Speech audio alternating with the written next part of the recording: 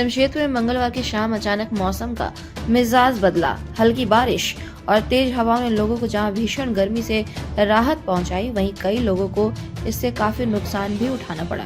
तेज हवा के कारण जनजीवन अस्त व्यस्त हो गया। कई जगहों पर पेड़ उखड़ गए तो कई जगहों पर बिजली के तार टूट गए।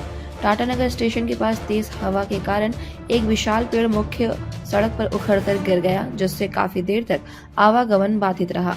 इस कारण लोगों को काफी परेशानियों का सामना करना पड़ा। पेड़ के नीचे एक स्कूटी दब जाने से स्कूटी बुरी तरह क्षतिग्रस्त हो गई। गनीमत रही कि उस पर कोई बैठा नहीं था, अन्यथा जान माल का नुकसान हो सकता था। कड़ी मशक्कत के बाद गिरे पेड़ को काटकर हटाया गया। इसके बाद उक्त सड़क पर आवागमन सामान्य हुआ।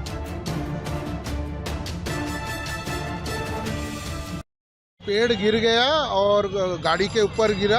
अगल बगल का भी पेड़ गिरा है और एक दो गाड़ी और भी इसकी चपेट में आया है।